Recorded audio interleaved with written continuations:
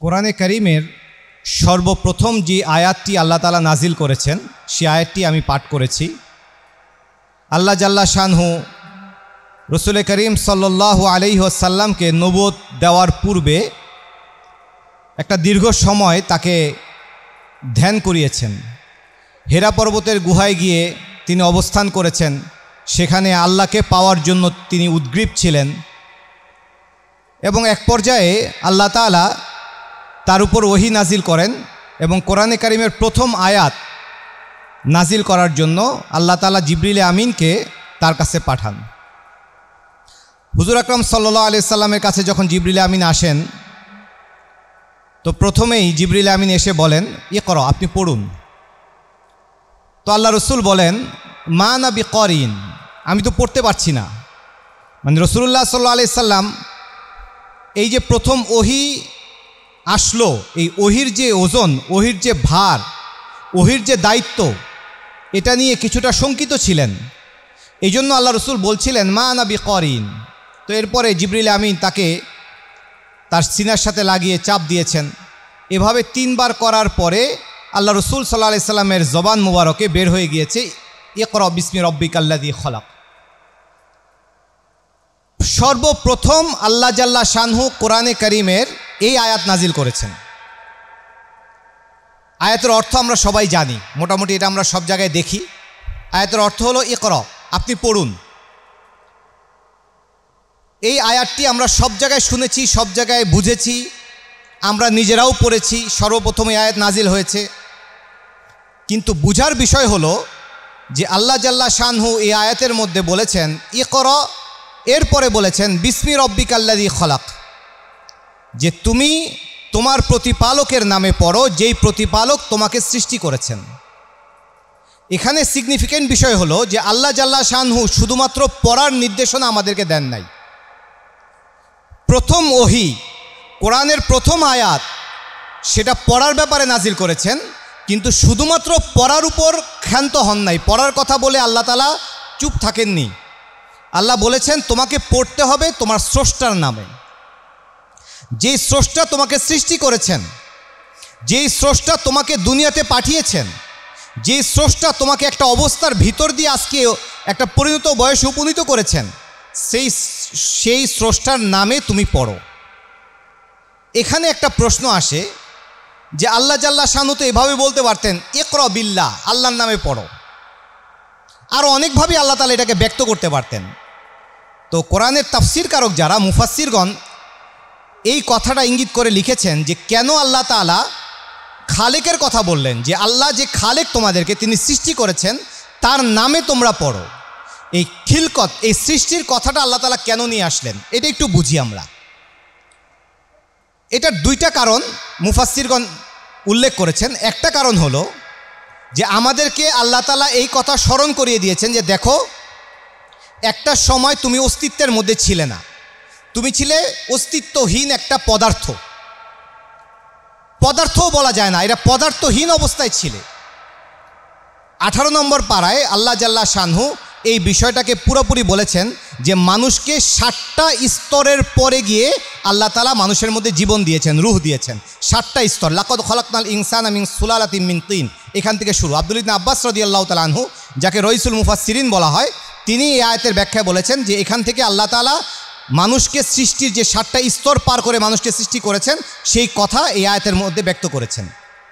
তো এই আয়াতের মধ্যে যেটা আমরা পড়ছিলাম ইকরা বিসমি রব্বিকাল্লাযী খলাক, এখানে আল্লাহ তাআলা এই খলকের কথা বলে, সৃষ্টির কথা বলে এই কথা বুঝিয়েছেন যে যেই তুমি একেবারে পদার্থহীন ছিলে, এরপরে পদার্থ হয়েছ মাটি, মাটির থেকে নাপাক পানি, নাপাক পানি থেকে জমাট রক্ত, এরপরে মাংসপিণ্ড, এভাবে একটা পর্যায়ে তোমার মধ্যে আল্লাহ তাআলা রূহ দিয়েছেন। তো তুমি অস্তিত্বহীন থেকে যেভাবে অস্তিত্বে এসেছো, সেই অস্তিত্বে আনার কাজটা আমি আল্লাহ করেছি। তো যদি তুমি পড়াশোনার মধ্যে থাকো তাহলে তোমাকেও আমি মূর্খতার থেকে শিক্ষিত হওয়ার দরজায় উপনীত করে দেব।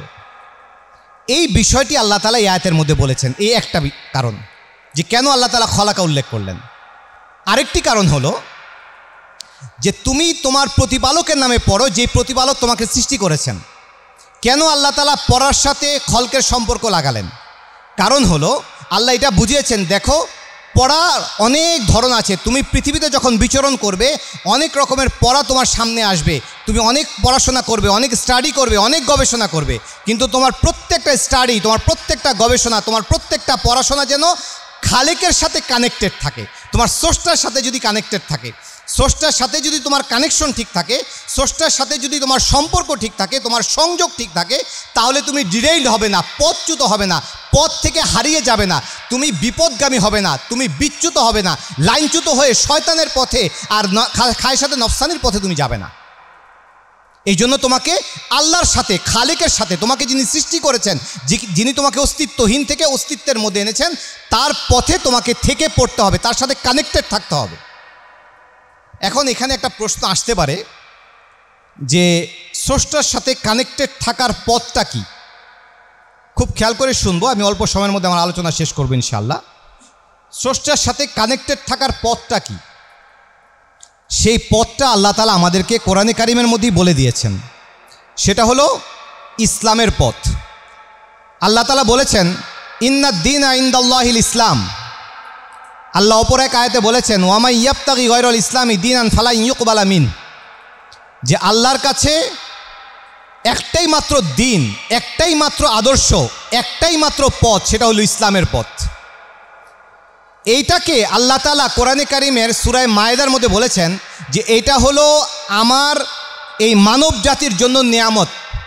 আল্লাহ তাআলা শেষের দিকে যে আয়াতগুলো নাজিল করেছেন বিদায় হজের সময়, আল ইয়াউমা আকমালতু লাকুম দীনাকুম ওয়া আতমামতু আলাইকুম নিয়ামাতি, এই আয়াতের মধ্যে আল্লাহ তাআলা বলেছেন, আমি যে তোমাদেরকে দিন হিসেবে ইসলামকে দিলাম, সেই ইসলাম হলো তোমাদের জন্য নিয়ামত, এবং এই নিয়ামতকে ইসলাম দেওয়ার মাধ্যমে মানব জাতির জন্য, মানব সভ্যতার জন্য, মানব সংস্কৃতির জন্য নিয়ামত হিসেবে পরিপূর্ণ করে দিলাম।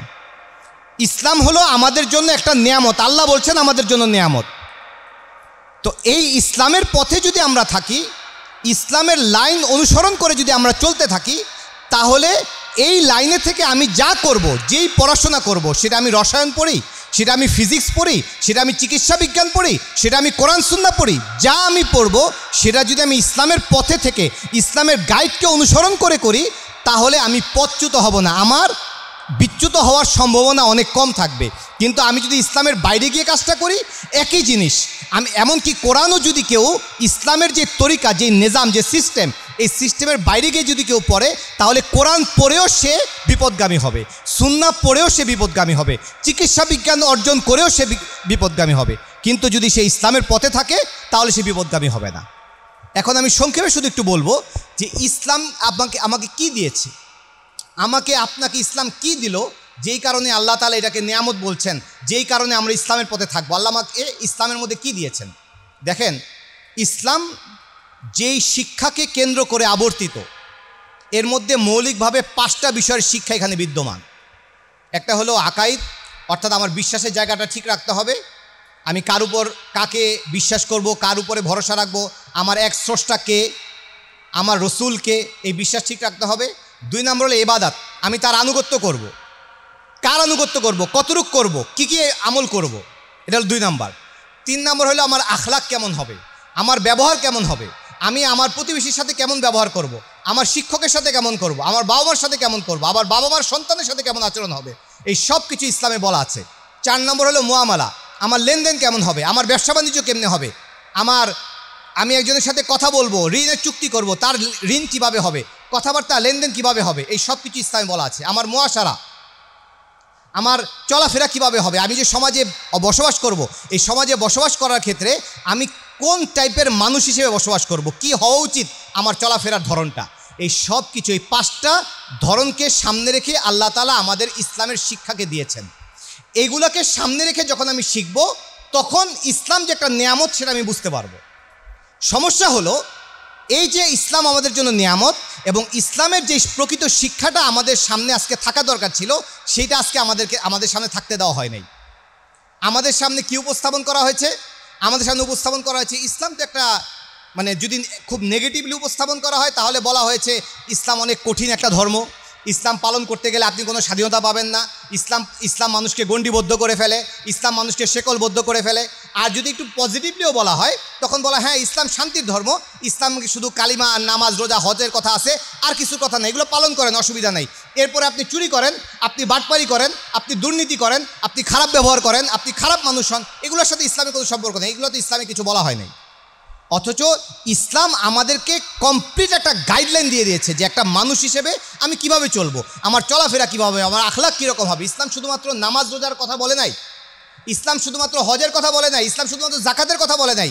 ইসলাম আমার অর্থ থাকলে সেই অর্থ আমি কীভাবে ব্যয় করবো সেটার কথা বলেছে। আমি যদি একটা মানুষ হিসেবে চলাফেরা করি সেটা কীভাবে করব। দেখেন একটা হাদিসের মধ্যে আসছে, আল্লাহ রসুল বলেছেন, সাহাবী জিজ্ঞাসা করছেন ইয়া রাসূলুল্লাহ আমি একটা মানুষ হিসেবে আরেকজনের সাথে কি কি করা উচিত। তো আল্লাহ রসুল বলেছেন, তুমি যদি রাস্তা দিয়ে হেঁটে যাও, এরশাদুকার রজুল ফি আরদি দলাল লাকা সাদাকা, একটা রাস্তা দিয়ে হেঁটে যাচ্ছ, একটা মানুষ পথ চিনে না, তোমাকে জিজ্ঞাসা করলো, তুমি তাকে পথ দেখিয়ে দিলে, এইটা তোমার জন্য একটা সদাকার সোয়াব।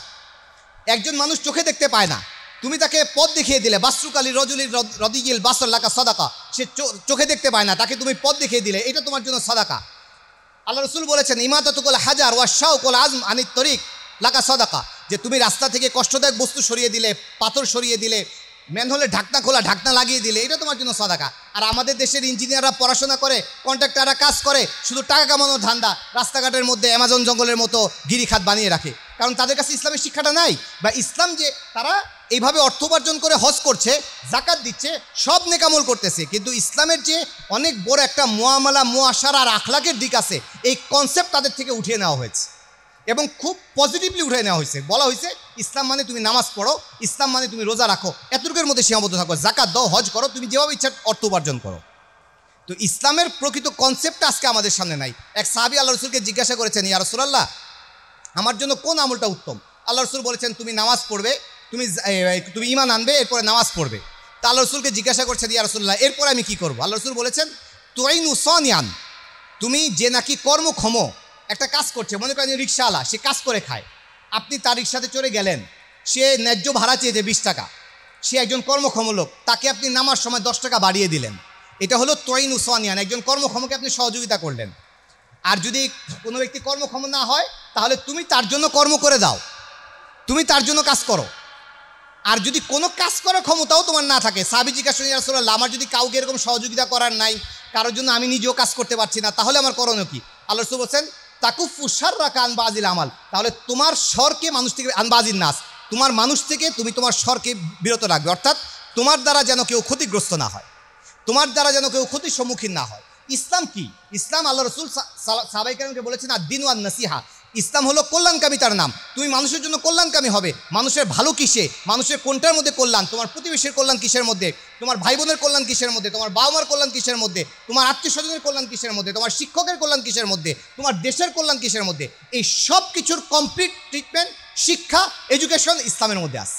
কিন্তু আমাদেরকে ওই পথটা খুব কৌশলে ওইটাকে আড়াল করা হয়েছে আমাদের থেকে। এই জন্য আজকে ইসলাম যে আমাদের জন্য নিয়ামত, যে নিয়ামতের কথা আল্লাহ তাআলা বলেছেন সেটা আমরা ভুলে গেছি।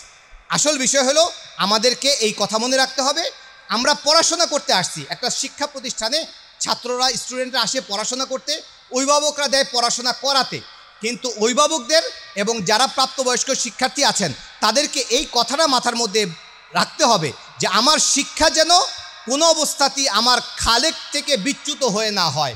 অর্থাৎ আল্লাহ প্রদত্ত যেই শিক্ষা, আল্লাহ প্রদত্ত যেই ধরন, যে পদ্ধতি, যে সিস্টেম আল্লাহ আমাদেরকে দিয়েছেন, যে ইসলাম আমাদেরকে দিয়েছেন, এই ইসলাম থেকে বিচ্যুত হয়ে আমরা যেন কোনো শিক্ষা অর্জন না করি। সেটা যে কোনো শিক্ষা হতে পারে। আমি বারবার বলছি আমাদেরকে প্রত্যেকটা শিক্ষা অর্জন করার বৈধতা আল্লাহ তাআলা দিয়েছেন, কিন্তু সেই শিক্ষা ইসলামের গণ্ডির ভিতরে থেকে করতে হবে, ইসলামের লাইনের মধ্যে থেকে করতে হবে। তাহলে আমি পথচ্যুত হব না, শয়তান আমাদেরকে ধোকায় ফেলে আমাদেরকে পথচ্যুত করে আমাদের ইহজগৎ এবং পরজগৎকে নষ্ট করবে না, এবং নষ্ট করতে আল্লাহ তাআলা দিবেন না।